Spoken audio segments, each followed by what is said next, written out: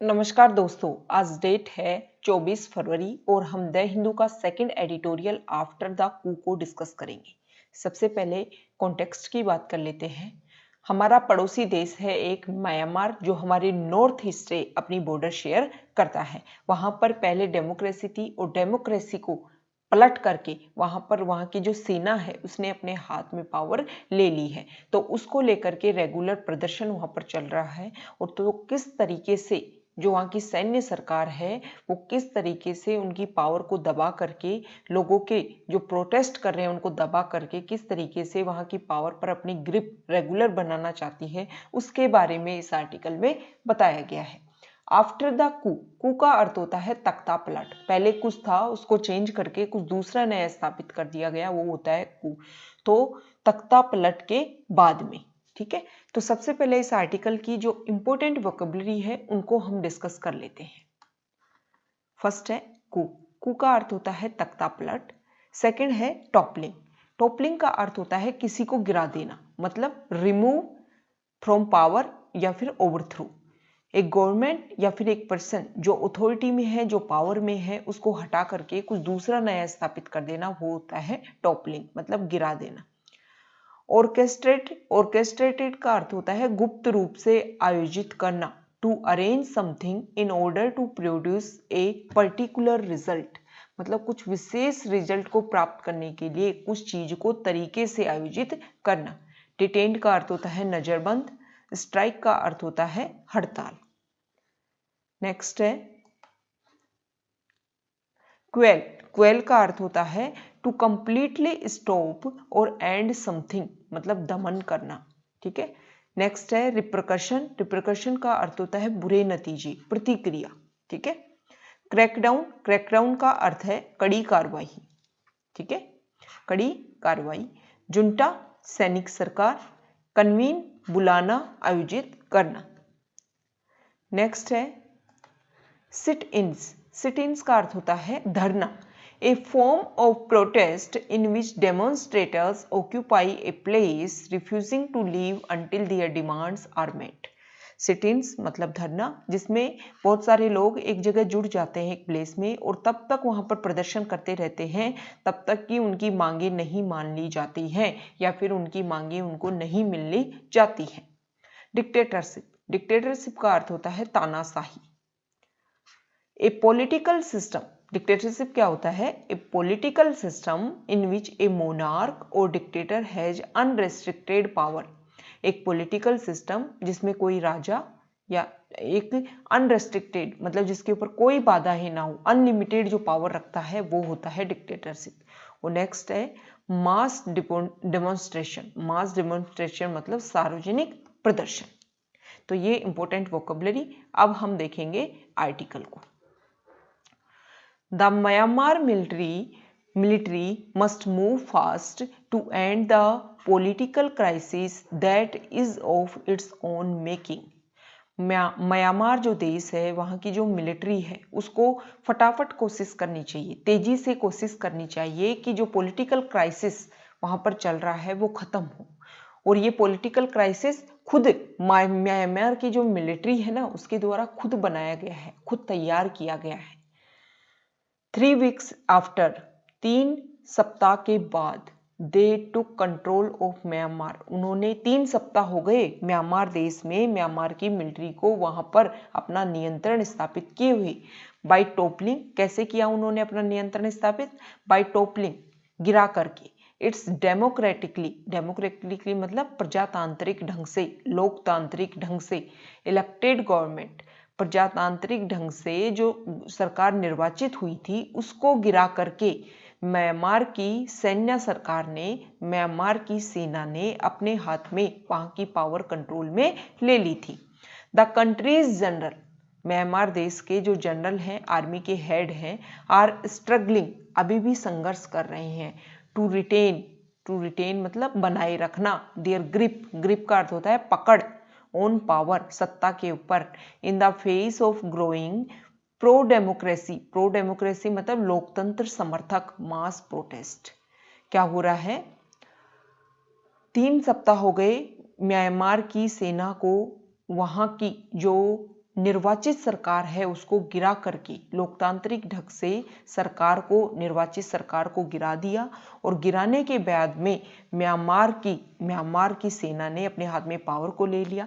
लेकिन अभी भी जो उसकी सेना के जो हेड हैं, जनरल्स हैं, वो वहाँ की सत्ता के ऊपर अपनी पकड़ बनाने के लिए रेगुलर संघर्ष कर रहे हैं, क्योंकि वहाँ के जो लोग हैं, जो लोकतंत्र समर्थक जो लोग हैं, वो रेगुलर विरोध प्रदर्शन कर रहे हैं। द मिलिट्री सेना which had shared power with Aung San Suu Kyi's National League for Democracy for 5 years। Myanmar देश की जो सेना है वो पिछले 5 सालों से नेशनल लीग फॉर डेमोक्रेसी जो पार्टी है, और ये पार्टी आंग सान सू की पार्टी है, उसके साथ में पावर शेयर कर रहे थे। ऑर्केस्ट्रेट मतलब गुप्त तरीके से, गुप्त रूप से किसी चीज को आयोजित करना। The coup on February 1, hours before the country's newly elected parliament, in which the NLD has a huge majority, was set to convene। क्या होने वाला था? 1 फरवरी को ये बात है। उसके कुछ ही समय बाद में म्यांमार में नई निर्वाचित पार्लियामेंट का गठन होने वाला था, क्योंकि NLD जो पार्टी है, आंग सान सू की जो पार्टी है, उसको मेजोरिटी मिली थी। जो अभी वहाँ इलेक्शन हुए लास्ट ईयर, उसमें मेजोरिटी मिली थी, और 1 फरवरी को वहाँ पर नई संसद का गठन होने वाला था। लेकिन उससे कुछ समय पहले ही 1 फरवरी को वहाँ की सेना ने सब कुछ अपने हाथों में ले लिया। The military which controlled Myanmar through direct rule for almost 50 years since independence from Britain in 1958 has now deployed the familiar मतलब परिचित, repressive का अर्थ होता है दमनकारी, oppressive, despotic, dictatorial, tyrannical, ये इसके हो जाएंगे सिनोनिम। tactics मतलब युक्ति, to quell मतलब दमन करना, ठीक है। opposition to the latest coup। देखो क्या हुआ है, मिलिट्री वहाँ की जो सेना है वो पिछले 50 सालों से डायरेक्ट वहाँ पर, जब से 1948 से ब्रिटेन से म्यांमार आज़ाद हुआ है, तब से लगभग ज़्यादातर मिलिट्री का रूल रहा है म्यांमार में। और सेम उसी तरीके से, जिस तरीके से वो पहले वहाँ पर दमन करके, लोगों को दबा करके, वहाँ दमनकारी नीतियों के थ्रू सब कुछ अपने हाथ में लेती थी, सेम वही युक्तियाँ, वही परिचित तरीके से उन्होंने फिर से पावर को अपने हाथ में लिया और दोबारा से वहां पर तख्ता पलट कर दिया। इट हैज डिटेन्ड, वहां की सेना ने डिटेन्ड कर दिया, नजरबंद कर दिया मिस सूकी को, प्रेसिडेंट विन मिंट को, and several of NLD's other top leaders. NLD जो पार्टी है उसके जो टॉप लीडर्स हैं उनको भी बैन कर दिया। सस्पेंडेड द इंटरनेट को सस्पेंड कर दिया। ब्लॉक्ड सोशल नेटवर्क साइट जो है उनको ब्लॉक कर दिया। And warn the public of repercussion if they joined protest, और लोगों को ये बोल दिया, ये चेतावनी उन्होंने दे दी कि अगर आप ये जो प्रदर्शन हो रहे हैं इनको आप ज्वाइन करोगे तो हम जो बुरे नतीजे, जनता को बुरे नतीजे के लिए तैयार रहना चाहिए, ऐसी उन्होंने धमकी भी दी है। But protest have only grown by day, लेकिन जो विरोध प्रदर्शन है वो दिन पर दिन बढ़ता जा रहा है। ऐसा नहीं है कि वो लोगों को धमकी दी और लोग उस धमकी से मान गए। ऑन सैटरडे संडे को 2 अनआर्म्ड, बिना हथियारों के जो प्रोटेस्टर थे were killed by security forces in Mandalay जो जगह है वहां पर क्या हुआ, सिक्योरिटी फोर्सेज ने 2 बिना हथियारों के जो प्रोटेस्टर थे, जो विरोध प्रदर्शन कर रहे थे, उनको मार गिराया। Even police violence and the deployment of security personal including snipers क्या होते हैं, बंदूकधारी, across the main cities did not stop millions from joining a general strike, general मतलब आम स्ट्राइक, हड़ताल ऑन मंडे। क्या हुआ, वहाँ की जो सेना है ना, उन्होंने बहुत कोशिश की, पुलिस के द्वारा हिंसा भी करवाई, बहुत सारे सिक्योरिटी पर्सनल का सिटीज के जगह जगह उनकी नियुक्ति की, स्नाइपर्स बंदूकधारी जो लोग उसमें हैं उनको भी स्थापित किया गया, लेकिन फिर भी जो मिलियंस की संख्या में जो लोग हैं उनको नहीं रोक पाए, जिन्होंने सोमवार को ये जो साधारण जो आम हड़ताल हुई है उसको ज्वाइन किया था। They demand the generals free the detained elected leaders and restore democracy. वहाँ के जो सेना के जो जनरल्स हैं उनकी ये मांग थी कि इलेक्टेड लीडर्स को डिटेन करो, डिटेन जिनको कर रखा है इलेक्टेड लीडर्स को, उनको तो आप फ्री करो और डेमोक्रेसी के को दोबारा से क्या करो, रीस्टोर करो। ऐसे वहाँ की पॉपुलेशन ने अपनी मांग रखी है। Myanmar's military has been one of the most consistent enemies of democracy. Myanmar की जो मिलिट्री है ना, वो वहाँ पर जो प्रजातंत्र लोकतंत्र स्थापित होता है उसकी सबसे बड़ी दुश्मन रह चुकी है। इन द पास्ट, अगर हम पिछले समय की बात करें, मतलब भूतकाल की अगर हम बात करें, challenges to its power were met with brutal crackdowns. क्या किया है इन्होंने, बड़ी बुरी तरीके से बड़ी कार्रवाई करके इन्होंने पावर को अपने हाथ में लिया था। ठीक है, स्टिल अभी तक द जुंटा, जुंटा मतलब होता है सैन्य सरकार, has continue to face popular resistance, मतलब बहुत बड़ा विरोध प्रदर्शन रेगुलर ये सैनिक सरकार झेल चुकी है। सैन्य सरकार, the crackdowns on the protest of August 8, 1988 did not prevent the Saffron Revolution of 2007 protests led by Buddhist monk। 1988 में, मतलब ऐसा नहीं है कि पहली बार वहां पर ऐसी जनता सरकार आई है, सॉरी सैन्य सरकार आई है, उससे पहले भी 1988 में बहुत बड़ा प्रोटेस्ट हुआ और उसको दबाने के लिए बहुत बड़ी कार्रवाई हुई। लेकिन फिर भी 2007 में जो सैफ्रॉन रिवॉल्यूशन आई उसको नहीं रोक पाई वहाँ की सैन्य सरकार। और ये जो सैफ्रॉन रिवॉल्यूशन है वो वहाँ के बुद्धिस्ट मॉन्क के द्वारा, मॉन्क्स मतलब होते हैं बौद्ध भिक्षु, उनके द्वारा ये प्रदर्शन किया गया था। Than Shwe the then leader of the country, उस समय देश का लीडर था, suppressed them but had to offer a new constitution in 2008 as a compromise. उन्होंने क्या किया, ये जो भी विरोध प्रदर्शन हो रहा था उसको दबा दिया, लेकिन 2008 में एक नया कॉन्स्टिट्यूशन लेकर आए। मतलब वहाँ का जो कॉन्स्टिट्यूशन है ना म्यांमार देश का, वो सेना के द्वारा बनाया गया है। ठीक है, this constitution was the basic This constitution was the basis of the partial transition to democracy in 2015 when the NLD came to power। इस संविधान ने क्या किया, 2015 में डेमोक्रेसी की तरफ थोड़ा सा स्थानांतरण किया, मतलब पावर को थोड़ा सा शेयर किया डेमोक्रेसी की तरफ, जब 2015 में NLD सत्ता में आई। But even then experiment would not last more than 5 years। लेकिन जो ये नया प्रशिक्षण किया गया था, नई ये जांच की गई, नया परीक्षण किया गया था, एक्सपेरिमेंट मतलब परीक्षण, वो 5 साल से ज़्यादा नहीं टिक पाया। Thanks to the power hungry generals of Tatmadaw, मतलब टाडामा वहाँ की सेना को बोलते हैं, और उनके जो जनरल्स हैं ना वो पावर हंग्री बहुत जाता है, मतलब उनको हमेशा पावर चाहिए। जैसे ही उन्हें लगा कि डेमोक्रेसी शेयर बांट रही है, पावर बट रही है, और अब जो आई है दोबारा से इलेक्टेड गवर्नमेंट, उसमें तो मेजोरिटी ही डेमोक्रेसी के द्वारा है, तो उनको लगा कि ये तो सेना को बगल में कर देंगे, सेना का तो कोई रोल ही नहीं रहेगा, इसलिए उन्होंने सब कुछ अपने हाथ में लेने की सोची।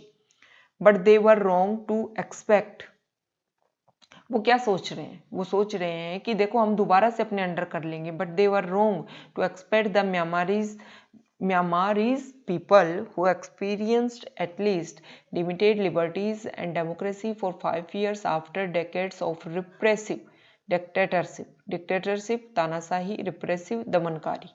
ठीक है, क्या हुआ है, अगर वहाँ की सेना ये सोच रही है कि हम दोबारा से म्यांमार के पीपल जो हैं, म्यांमार के जो लोग हैं, उनको अपने अंडर कर लेंगे, तो वो गलत सोच रहे हैं।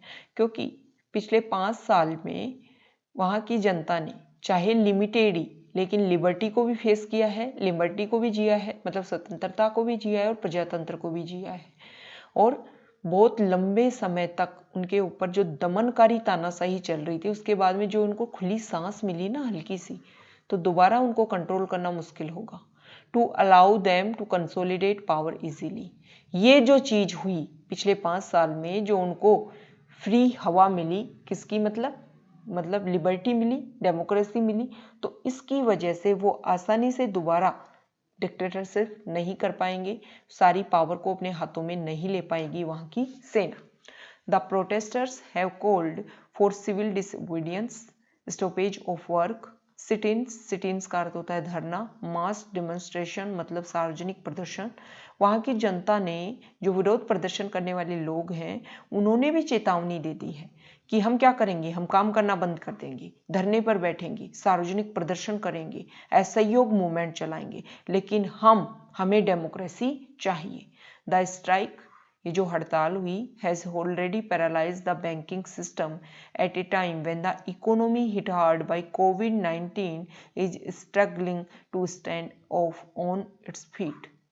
ये जो हड़ताल हुई, इसकी वजह से जो बैंकिंग सिस्टम जो पहले से ही लकवाग्रस्त हो चुका है, जिस समय जब कोविड-19 की वजह से जो इकोनॉमी बहुत ज़्यादा हिट हुई है, उस समय दोबारा से इकोनॉमी को अपने पांव पर खड़े होने के लिए जो पावर चाहिए, और अगर उस समय भी क्या होगा, उस समय भी एक तरीके से जो इकोनॉमी स्लो डाउन हो जाएगी, बैंकिंग सेक्टर क्रश हो जाएगा, तो बहुत ज़्यादा गलत होगा।